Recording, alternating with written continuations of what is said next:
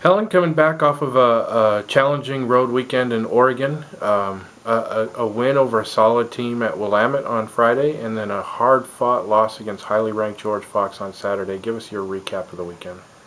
Yeah, I think one of the hardest things in preparing for this week was really getting the ladies to understand that both teams are high quality teams, because Willamette she's been building it, and she kind of has them now where they're competing every night and play everybody close, and they're winning some big games, and you kind of have to erase some of the last few games. And I thought Willamette, we did a good job. They were really wanting to shoot threes, and we held them for 1 for 12, so we made them have to compete in a different way than what their plan is.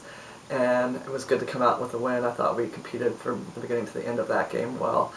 Missed some shots in the second half that we made in the first half, which made the game a little bit closer. But I was happy with our focus and our competitiveness. And then the next night, you're stepping into George Fox's home court, where they're very good. They play really, really well there.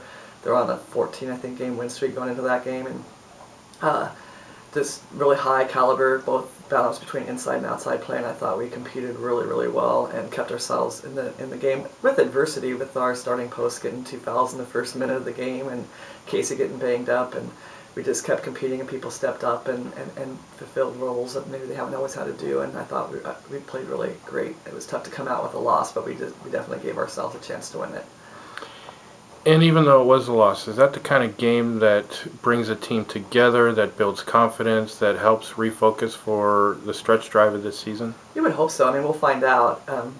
Because when you give it your all and you didn't quite get there, sometimes that can play the other way. But I think they really felt like, hey, we were right there, and it's just 1 or 2 plays here or there, or get a stop there, or a silly turnover, or where we just didn't get something done. I think if you can just take those as, hey, we just need to get rid of those, and we can beat one of the top teams in the country, and we're right there with them as a top team, then I think we can build on that and hopefully finish strong.